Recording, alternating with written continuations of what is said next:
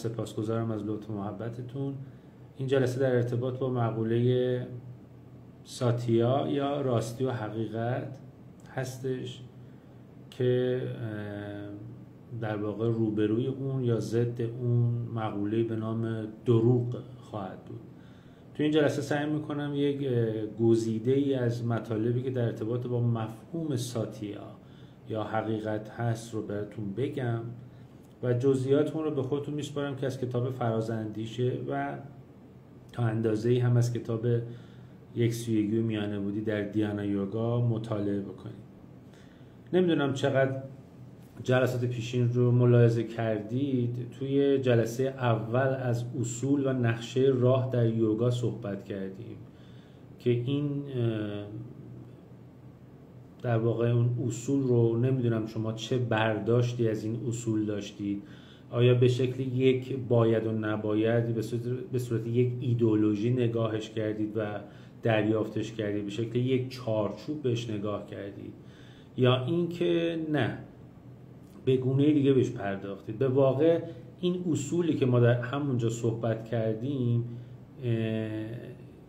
به هیچ وجه به شکل یک چارچوب و یک باید نباید یک ایدئولوژی نیست، چون اگر اینطور باشه طبیعتاً اون کارایی رو که در حیطه یوگا مد نظر هست نخواهد داد و چه بسا باید نباید هایی که همیشه ما داشتیم خیلی وقتا به شکلی بوده که باعث شده که حتی آدم ها وارونه اون حرکت بکنن.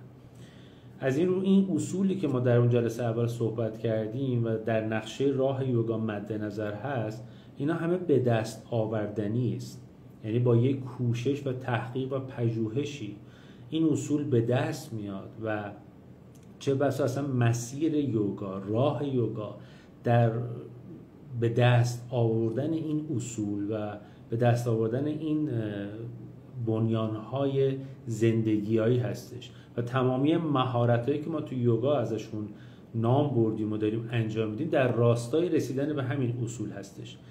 این اصول رو پاتانجالی در یوگا سوترا به طرز بسیار زیبایی در 5 دسته، البته در 2 دسته یاما نیاما تقسیم بندی کرده که در هر دسته 5 رکن رو در واقع قرار داده که با اسمهای یاما و نیاما احتمالا کسانی که در یوگا هستن آشنایی دارن.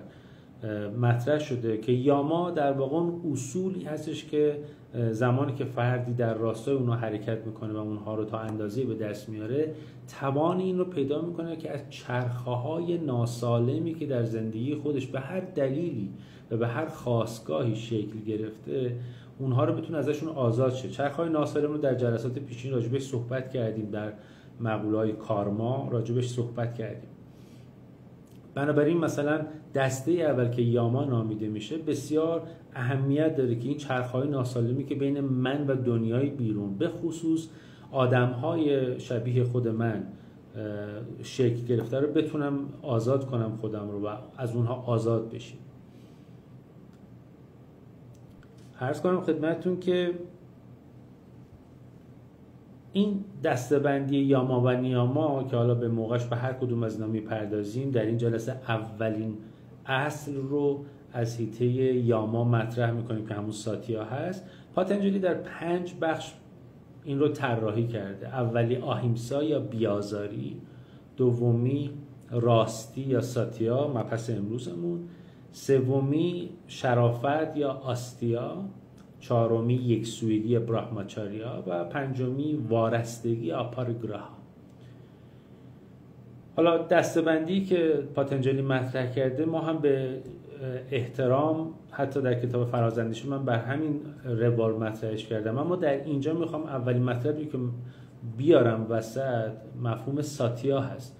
به عقیده من ساتیا یا اون مبحث صداقت و راستی شاید مهمترین بنیان یا اصل در یوگا باشه که بقیه در واقع راه یوگا مدیون این اتفاقه، یعنی شاید بگیم هدف و غایت یوگا رسیدن به این ساتیا هستش.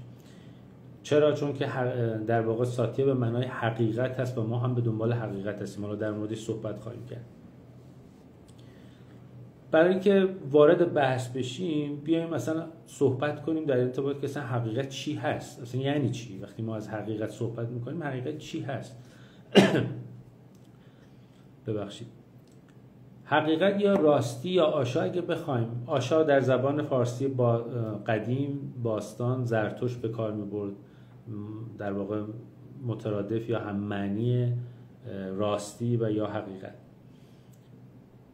اگر بخوایم تعریفی گزیده ازش بگیم و خیلی دم دستی بگیم که بتونه قابل فهم باشه، حقیقت در واقع آگاهی از آن چیزی که هست یا نیسته. یعنی چیزی هست یا چیزی نیست و آگاهی من میتونه به این هستی یا نیستی مورد نظر در واقع دسترسی پیدا بکنه. در واقع اون هست بودن یا نیست بودن در محضر آگاهی من حضور پیدا بکنه. این اتفاق که من میتوانم آگاه شوم از بودن چیزی یا نبودن چیزی، to be or not to be شکسپیر، اگه الان ذهنتون شاید بره به سمتش، این که آگاهی من بتواند بودن یا نبودن چیزی رو درک بکند، دریافت بکند، به دست بیارد، در دسترسش قرار بگیرد، به این میگیم دانایی، دانستن آن چیستی، دانستن آن بودن یا نبودن. بنابراین حقیقت اگر چیستی یا نیستی چیزی هست، بودن یا نبودن چیزی هست، زمانی که ما نسبت بهش آگاهی پیدا میکنیم، ما نسبت به اون یک دانشی پیدا میکنیم، یک دانایی پیدا میکنیم که اگر این موضوع به عنوان مثال برگرده به چگونه زیستن، یعنی اطلاعات مربوط به چگونه زیستن، خب این دانایی تبدیل میشه به کلمه مثل خردمندی. به هر حال این دانایی در ادبیات سانسکریت به ویدیا مشهور هستش، یعنی به معنای دانایی، شناخت، آگاهی.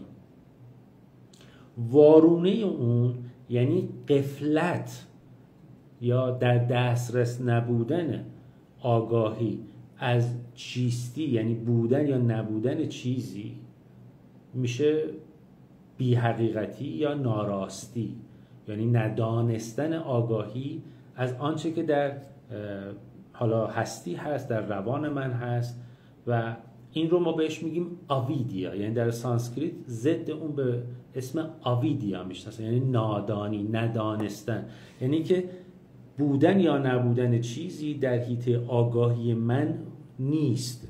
وقتی نیست من در واقع از او غافل هستم. حالا ممکنه این غفلت عمدی باشه، میتواند سهوی باشه. در هر صورتش اون بودن یا نبودن اون موضوع یا اون چیز در حیطه آگاهی من حضور نداره.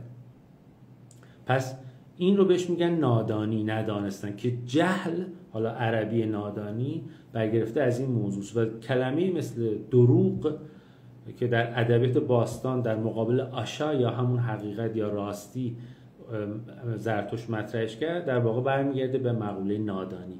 حالا نمیخوام ذهنتون رو زیاد درگیر کنم، اما بحث ارزشی دروغ که ادبیات فرهنگ عامه ما مطرح هست و الان یه مقدار ازش فاصله بگیرید و به عنوان یک هستی شناسی به این موضوع نگاه بکنید. به همین ترتیب در این مقوله نادانی، زمانی که این اطلاعات یا داده ها در روان من هست اما به نادرستی هست، تبدیل میشه به مقوله به نام کجدانی یا پندار یا توهم. حالا پندار فارسی، توهم عربی، وهم عربی، یا کجدانی فارسی. یعنی اینکه مثل مقوله سراب، ما به عنوان مثال از من کسی میپرسه که فلانی در خانه هست، میگی که نیست، در حالی که هست. این میشه دروغ. اما زمانی هستش که من آبی رو در صحرا میبینم، احساس میکنم که این یک دریاچه است، اما وقتی نزدیک میشم متوجه میشم که دریاچه نیست. یعنی اون اطلاعات در آگاهی من ثبت شده و من دریافتی از سراب حالا یا آبی داشتم، اما در واقع اون اطلاعات نادرستیه. به این میگن وهم یا کجدانی.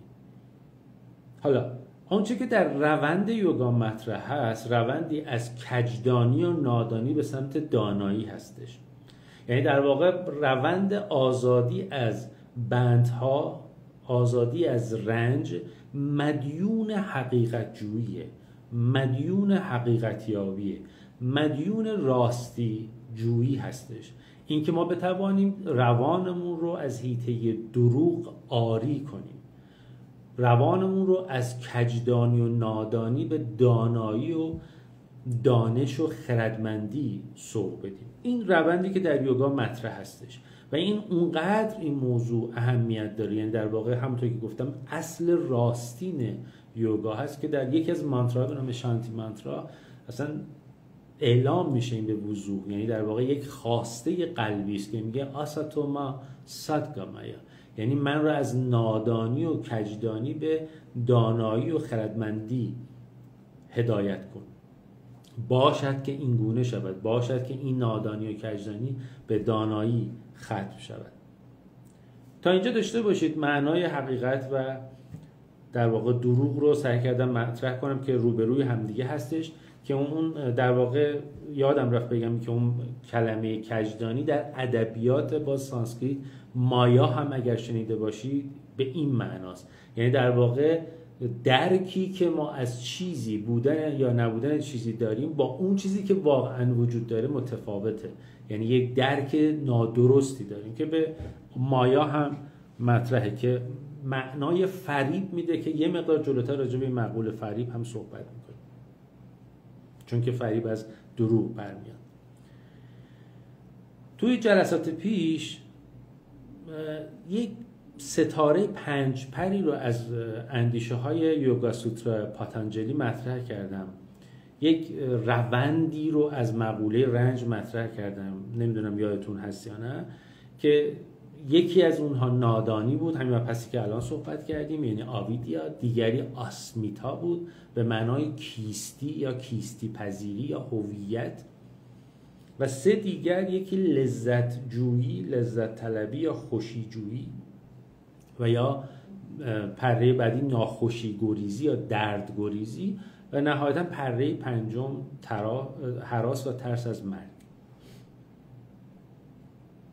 بر این اساس تو این 5 پر که اهمیت زیادی داره از جهت روندی که یک رنج، ساختار رنج در روان ما شکل میگیره، آسمیتا یا اون کیستی که من روش زیاد تاکید کردم تو جلسات پیش و حتی پست هایم در ارتباط با این گذاشتیم که یک مقوله پرسشیش و هر کسی باید در هر وهله ای از زندگی خودش به این پرسش به صراحت بتونه پاسخ بده یا در راستای پاسخ دادن به این پرسش کوشش بکنه، اهمیت بسزایی داره. آسمیتا یا کیستی بر اساس اون میل هایی که صحبت کردیم، دارما، آرتا، کاما، موکشا، در واقع فرد نسبت به این میل ها و چرخه هایی که از این میل ها چه سالم چه ناسالم در زندگی شکل میگیره، به واقع هویت یا کیستی میگیره. وقتی که هویت یا کیستی به واسطه اون امیال، به واسطه اون چرخه ها میگیره، طبیعتاً خوشی ها و ناخوشی ها، یعنی دو کران هایی در این حیطه براش شکل میگیره که همواره دنبال این هستش که به اون خوشی ها دست پیدا بکنه و همواره از اون ناخوشی ها در فرار و عذاب هستش. و بر این اساس، چون که زندگیش یا هویتش بر این اساس چیده شده، هراس از مرگ داره، چون مرگ رو پایانی برای این هویت یا کیستی میدونه. که پاتانجلی معتقد هستش که کل این فرایند، یعنی آسمیتا، هویتگیری بر اساس این چرخه ها و این امیال، در واقع بر پایه نادانی است که راجع بهش صحبت کردیم. اینه که در یوگا شاید خیلی انتزاعی، شاید خیلی دور از ذهن، حتی شاید یه جای حتی بیرحمانه به راحتی میآید و میگوید که حقیقت وجودی انسان در آتمان هستش. آتمان به معنای اون آگاهی بیرنگ و وارسته از هر گونه رنگ و خواسته و داشته در روان است. یعنی زمانی که آگاهی من نوعی بتواند از تمامی رنگ هایی که در طی زندگیش به خودش گرفته بتونه آزاد بشه، بتونه از تمامی خواسته ها، سامسکاراهایی که در زندگی داره آزاد بشه، بتواند از تمامی الگوها و فکرها و باورها و هر آنچه که در ذهنش به عنوان داشته هست، خاطرات و غیره، آزاد بشه. یه همچین اتفاق، یک من یا یک آگاهی که در این هیته قرار میگیره ما اسمش رو میذاریم آتمان.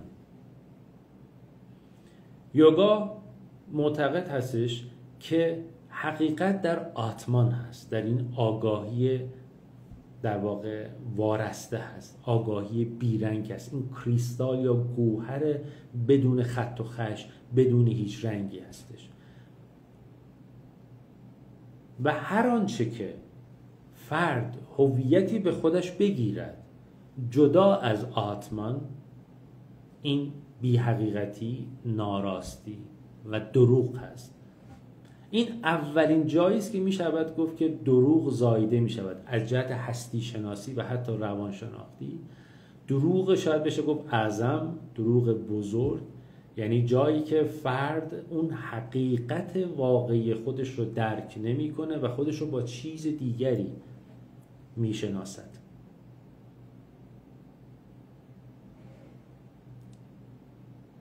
که همونطور که گفتم کل روند راهروی در یوگا در جهت رسیدن به این گوهر پاک و بی خط و خشه، در این آگاهی وارستگونه است که هیچ بندی در روان اون رو مقید به خودش نکرده. حال بیاییم ببینیم که از این دروغ بزرگ، از این ناراستی، از این بی حقیقتی بزرگ که خب خیلی با ما شاید فاصله داره، ببینیم که چه بی حقیقتی ها یا دروغ های دیگری زاده میشه. جالب، این ساختار کلشا، همون 5 ستاره 5 بری که من از پاتنجلی مطرح کردم، در بقیه جاها هم مطرح هست، یعنی در هویت های دیگه هم مطرح هست. اولین هویت یا شاید بگیم پایین ترین هویت یا نزدیک ترین هویتی که ما میشناسیم هویت غریزیه، پهنه غریزی و هویتی که ما از این پهنه غریزی میگیریم که باز در جلسات قبل راجبش خیلی صحبت کردیم. این هویت غریزی یا به نوعی میشه گفت اسمش رو گذاشت هویت جنگلی که بیشتر در آرتا و کاما خودش رو در واقع خلاصه میکنه، یک ویژگی خاصی داره و اون میل به ماندگاری یا بقا هستش که برای اینکه این بقا برآورده بشه همواره در جنگل و در رقابت با دیگر موجودات یا دیگر انسان‌ها بایستی بتواند زورمندتر، قدرتمندتر باشد تا بتواند زنده بماند. همونطور که گفتم اون راگا یا دوشا، یعنی در واقع خوشی جویی و اون دردگریزی و ترس از مرگ، که این ستا در واقع پایانی بر این هویت جنگلی هست، اولین احساس رو در ما ایجاد میکنه. چرا که مرگ پایان این هویت، اولین احساسی که ازش برمیاد ترسه. ترس بدوی ترین و اولی ترین احساسی است که ما باهاش مواجه هستیم و بزرگترین ترسی که ما داریم ترس از مرگه و سایر ترس‌ها از ترس از مرگ زایده میشن. ترس از مرگ البته گاهی هم هست که ما ترس از زندگی داریم یعنی اینکه به همون اندازه که از مرگ میهراسیم به خاطر اینکه میخوایم زنده بمانیم و اون هویت غریزی جنگلی خودمون رو ادامه بدیم و چه بسا هنوز یه سری خوشی‌ها مونده که ما تجربه نکردیم، احیانا ناکام از دنیا نریم و غیره. اما ترس از زندگی هم هست، یعنی این یک لبه باریکی وجود داره مبنی بر اینکه یه جای اونقدر در واقع فشارهای زندگی بر فرد زیاد میشه و اونقدر تحت حجمه و فشار بیرونی قرار میگیره، اونقدر تحت ناکامی و محرومیت قرار میگیره، اونقدر چالش‌های رنج‌آوری رو تجربه میکنه که از زندگی میترسه و میخواد یه دکمه خاموشی رو بزنه و خودش رو تمام بکنه. که میل به خودکشی یک نمونه بارز از این موضوع هستش که نمیدونم چقدر با ادبیات فروید آشنا هستید. اروس و تاناتوس در ادبیات فروید، اون تاناتوس در واقع اون غریزه مرگه که اگر پیش بیاد یک فردی در حیطه هویت جنگلی یا دیگران رو میکشه و سرکوب و منکوب میکنه و اگه زورش نرسه خودش رو. به هر حال برگردیم به مبحثمون. اگر این ترس از مرگ مطرح هست، برای روبرو شدن، رویارو شدن با این ترس دروغ ها زاییده می شوند. انواع اقسام باورها، انواع اقسام افسانه ها، انواع اقسام توجیهات، انواع اقسام تلقینات، از هر دستی پندارها، وهمها، از هر دستی زایده می شود تا به عنوان یک مسکن یا مخدر که جلسه پیشم راجع به مقوله کارما، اون بخش باورمند مقوله کارما که به عنوان یک مسکن عمل میکنه، این مسکن ها باشند که در واقع چه اتفاقی رو رقم بزنن؟ فریب. این واژه فریب که از همون دروغ برمیاد، در واقع یک مسکنی هست چه که فرد میتونه چه به خودش بزنه چه برای دیگران اونو بزنه. یعنی ما یا فریب خودی داریم، یعنی کسی که خودش خود را فریب میدهد، یا کسی که دیگران رو فریب میدهد. اونجا که ترس از مرگ و پایان اون هویت غریزی یا حتی هویت‌های دیگه مثل هویت انسانی هست، فرد برای فریب خودش به این دروغ‌ها، یعنی به این توجیهات، تلقین‌ها، باورها، افسانه‌ها رجوع میکنه. و یا اونجایی که سرکوبی از ناحیه دیگران رخ میده، فشاری از ناحیه دیگران رخ میده و فرد برای رها شدن از فشار که از دیگران برش ایجاد میشه، احساسات ناخوشایندی که در وجودش جمع میشه، دست به این توجیهات و تلقینات و باورها میزند تا شاید بتواند اندکی بیاساید، آرامش بگیرد به عنوان یک مسکن یا یک مخدر. و اونجایی هم که در این روند مثلا هویت غریزی به دنبال این هستش که بتواند زورمندتر یا قدرتمندتر از دیگران باشد، به فریب دیگران دست میزند تا بتواند دارندگی بیشتری داشته باشد، مالکیت و قدرت بیشتری داشته باشد تا بتواند بیشتر و بهتر زندگی بکند و زنده بماند، که باز برمیگرد به اون مقوله بقا. این که گفتم جاهایی هستش که ما فریب میدیم خودمون رو. حتی من یک مثالی رو الان دم دستم هست، همین چند روز پیش یکی از دوستان برای من یه چیزی رو فرستاده بود، یک مطلبی رو که از زبان اتفاقا یه یوگی بود، یعنی کسی که ادعای یوگا میکرد داشت این مطلب رو مطرح میکرد. میگفتش که اگر در گذشته در کودکی خار شمرده شدید یا تحقیر شد، تحقیر عربی، خار شمرده شدن فارسی، یا خار انگاشته شدید، کوچک شمرده شدید، پایین شمرده شدید، اگر پدر مادر، خانواده، جامعه یا هر جایی که بالا دست ما بوده در کودکی ما رو پایین نگه داشتن، پایین شمردن، خار شمردن، تحقیرمون کردن، نگران نباشید و بدونید که شما ذاتاً ارزشمندید. یعنی اگر اونها ارزش شما رو پایین آوردن، به شما بی ارزشی دادن، این رو بدونید که شما ذاتاً ارزشمندید. دقت کنید، این واژه‌ای که شما ذاتاً ارزشمند هستید یکی از همون فریب ها هستش. کجا ارزشمندی ذاتیه؟ اصلا ذات چیه؟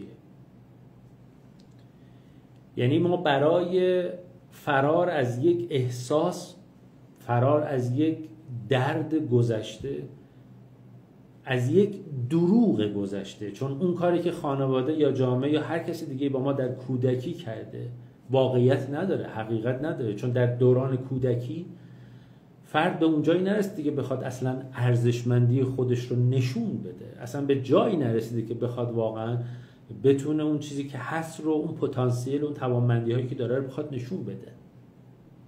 اون یک دروغه، ولی برای فرار از اون دروغ دیگری ساخته میشه. شاید شنیده باشید که میگن کسی که دروغ میگه برای اینکه اون دروغش رو نگه داره مدام دروغ‌های دیگری میگه.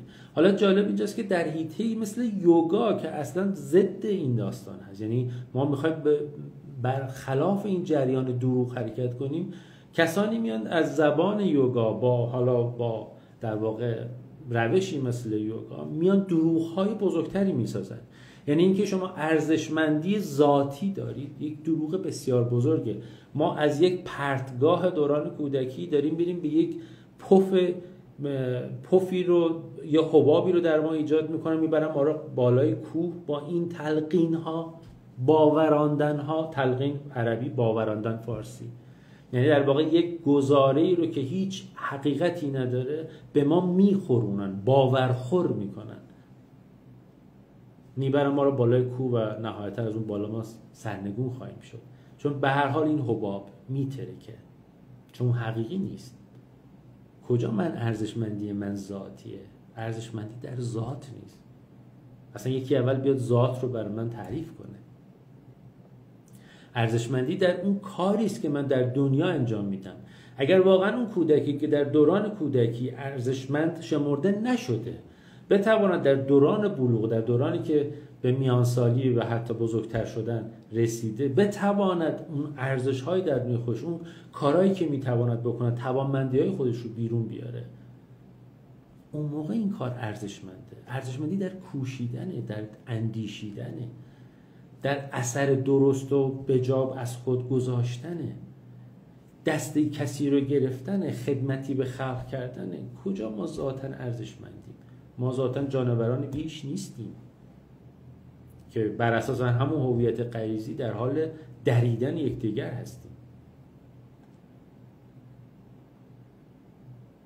این مثال رو زدم به عنوان یک فریب که ما تا دلتون بخواد در فرهنگمون داشتیم، تا دلتون بخواد فرهنگ ما غنی از فریب‌های متفاوت هست، گوناگون هست، از هر دستی، به شکل افسانه‌ها و باورها و توجیه‌ها و تلقین‌ها. به راحتی همه چیز رو توجیه می‌کنیم، به راحتی با هر چیزی القا میشیم. القا، تلقین از یک واژه است و خوشیم با این القاها و تلقین‌ها، هم خوشیم. انگار که نشئگی حاصل از این تلقین انگار به عنوان مثل یک ماده مخدر لحظاتی میزنیم و خوشیم اما در واقع اصل ماجرا که تغییری نکرده. و حالا الان در این دوران تازه به دوران رسیده هایی هم هستن که بر اون تلقینات و اون باورها و اون افسانه ها و اون توجیهات گذشته چیزای جدید رو هم اضافه میکنن، تازه با یک روشی مثل یوگا که کلا مرامش در واقع در نوردیدن مقوله دروغه. ما به دنبال حقیقت جویی هستیم. بر این اساس دروغ و فریب با نادانی ارتباط مستقیمی داره. اگر بخوام به صورت یک نکته بهتون بگم، دروغ و فریب با نادانی ارتباط مستقیمی داره و دروغ‌ها و فریب‌ها به مرور به پیچیدگی‌های ذهن ما می‌افزاید. یعنی رفته رفته ذهن ما پیچیده تر و پیچیده تر میشه، کلاف سردرگم میشود، هزار توی شمشادی میشود که من نوعی درش گم میشم. هرچه این میزان فریب ها، هرچه این میزان دروغ ها در درون روان من بیشتر باشه، حالا من در کتاب فرازاندیشی توضیح دادم دیگه، اینجا توضیحش نمیدم، چون کسی میتواند به دیگران به راحتی دروغ بگد یا فریب بدهد که خودش رو به راحتی بتونه فریب بده و دروغ بده. هرچی این دروغ ها و فریب ها بیشتر باشه، این هزار توی شمشادی روان ما سردرگمتر خواهد شد و من گمتر خواهم شد. اصلا کلمه گمراهی باز با دروغ و فریب و نادانی ارتباط داره. ما به دنبال پیداراهی هستیم. برای اینکه بتونیم پیداراه شویم، نه گمراه، نیاز به ساده سازی روان داریم. نیاز داریم در مقوله‌ای به نام ساتیا راه بریم. کار اصلا ساده ای نیست، چون پیشینه‌ای پر از این طامات و مزخرفات داریم و برای رهایی از اون به معنای واقعی کلمه یوگا اینگونه آغاز میشه که بتوانیم فرایندی رو، روندی رو رقم بزنیم که به جنگ دروغ‌ها برویم و دروغ‌ها و فریب‌های درونی خودمون رو تا جایی که میتونیم قلقم کنیم. جنگ واقعی اینجاست. اگر بخوایم این فرایند ساتیا رو، یعنی این رو راستی رو، این راست بودی رو، این حقیقت جویی رو، این حقیقت یابی و حقیقت بودی رو، راست بودی رو و سادگی ذهن رو رقم بزنیم، نیاز به یک روندی داریم. در روند اول نیاز داریم خودآگاهی رو ورز بدیم، چون ما به میزانی که آگاه از دنیای بیرون هستیم به همون میزان آگاه از دنیای درون نیستیم. این مقوله رو من در دوره دهارانه دهارشان مطرح میکنم. مدیتیشن، در واقع فلسفه مدیتیشن یا مراقبه در راستای، یعنی اولین بنیان پله اون در راستای افزایش خودآگاهیه که من بتوانم همان گونه که بیرون رو میبینم چه بسا بیشتر از اون درون خودم رو ببینم. از هر لحظه، از هر فکر، از هر احساس، از هر گونه اتفاق و رویدادی در روان خودم کاملا هوشیار باشم، یعنی یک پایش مستمر داشته باشم. مرحله بعد از خودآگاهی خودپذیری هست که اگر خودآگاهی نباشه اصلا خودپذیری معنا پیدا نمیکنه. اینکه خودم رو به همون گونه که هستم بتوانم بپذیرم، چون به واقع این راستی، این حقیقت جویی، این دروغ ستیزی مستلزم یک شجاعته. یعنی خب پشت تمام این دروغ ها فریبا ترس بود.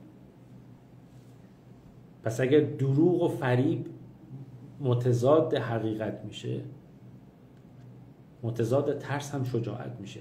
و شجاعت یا حقیقت اینا هیچ کدوم آمدنی نیست، همه اینا به دست آوردنی است، ورز دادنی است.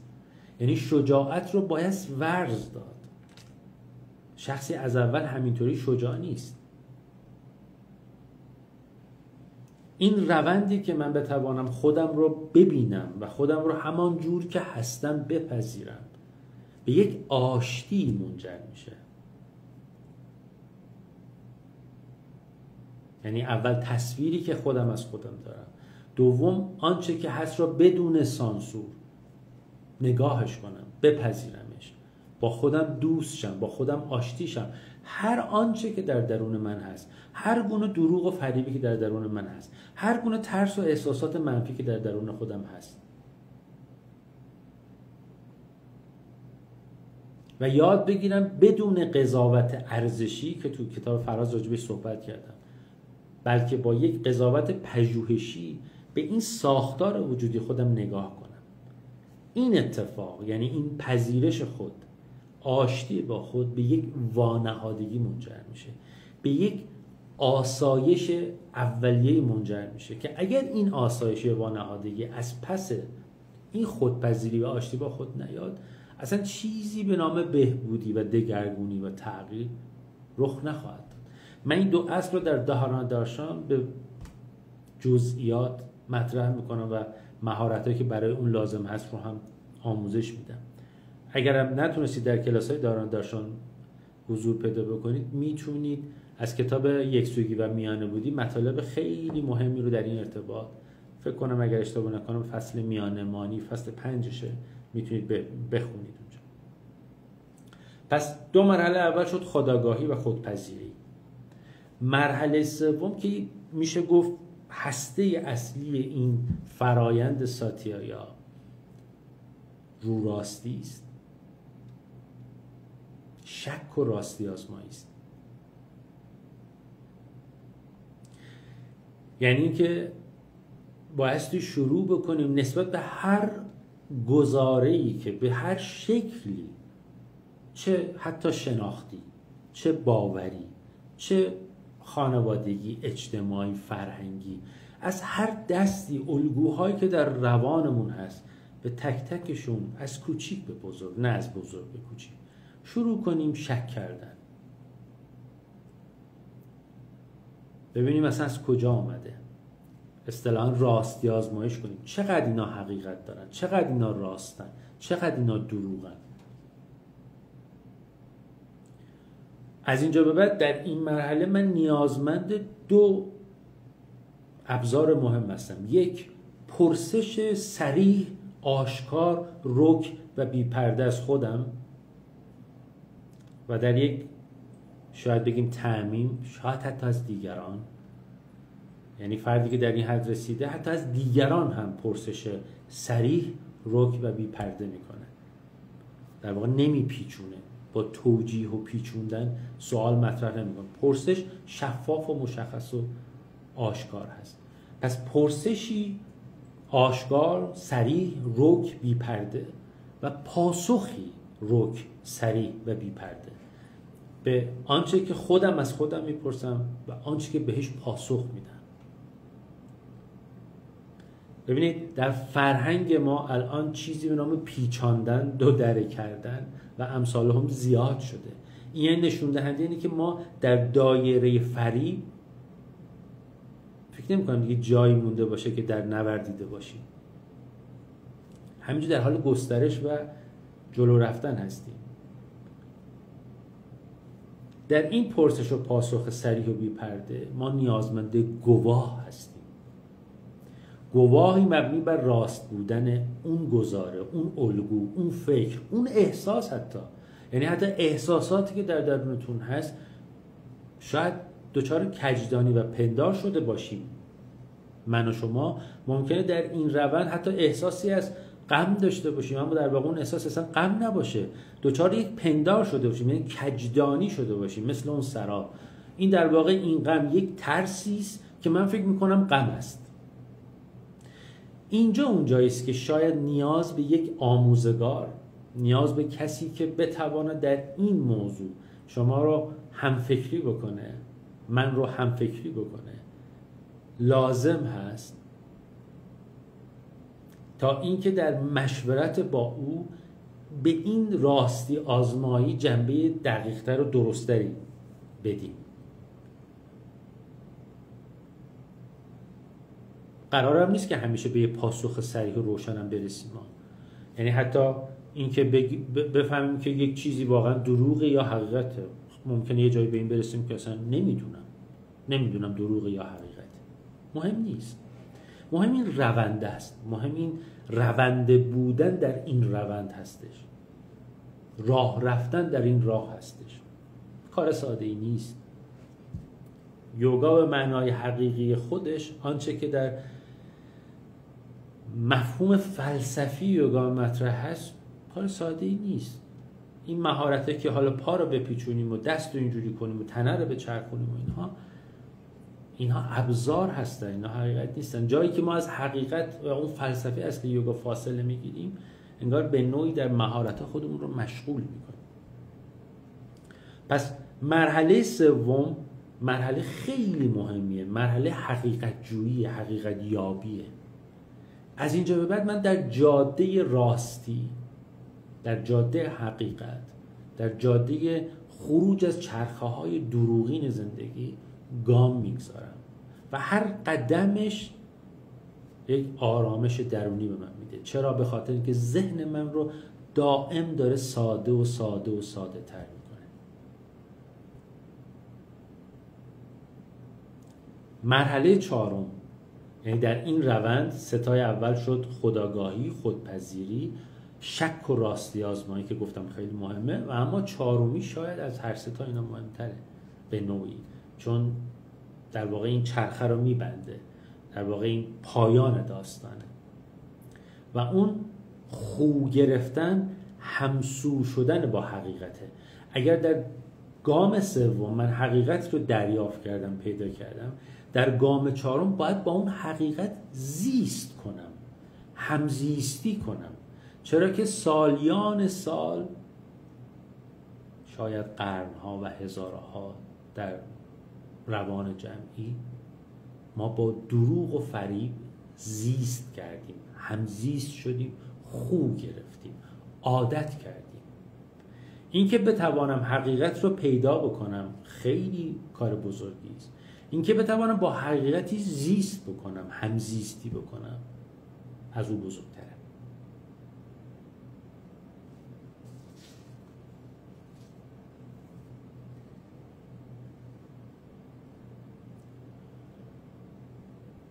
بنابراین در اینجا من تقریبا مطلبی رو که میخواستم مطرح کنم در ارتباط با ساتیا به پایان میرسه.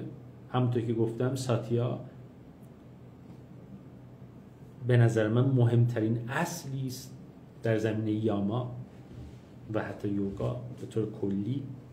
اصلا فلسفه یوگا با ساتیا رقم میخوره، چون به دنبال حقیقت جوییه. یعنی موکشا یا آزادی و رهایی زمانی مهیا میشه که من به حقیقت دست پیدا کنم. شاید بشه گفت یوگا در یک کلام میشود حتی ساتیا، تا این حد میشه این بنیان یا این اصل رو بهش اهمیت داد. و همونطور که گفتم کار ساده‌ای نیست، اما ارزش زیستن، ارزشمندی اگر من دارم در این حقیقت جوییه، در مبارزه با دروغ و فریبه، در ساده کردن ذهنمه. چون هرچه ذهن ساده تر آرامتر. امیدوارم خوب و خوش و پاینده باشید. 2 هفته بعد همین موقع سر ساعت 9 یک شنبه که حالا اطلاع رسانی هم خواهد شد، جلسه پرسش و پاسخی خواهم گذاشت که کسانی که دوست داشته باشن سوالاتی در این جلسه به ذهنشون اومده لطف کنن یادداشت بکنن، پیش خودشون داشته باشن. این مطالب رو حالا چون تو یوتیوب هم گذاشته میشن میتونن بارها گوش کنن و در عین حال به کتاب فراز هم مراجعه بکنن، بخش ساتیا رو بخونن، بخش یاما رو بخونن. فکر کنم فصل 4 اگر اشتباه نکنم اون رو بخونن و اگر مطلبی داشتید خوشحال میشم بشنوم و اگر سوادم برسه درکی داشته باشم در این زمینه بهتون پاسخ خواهم داد.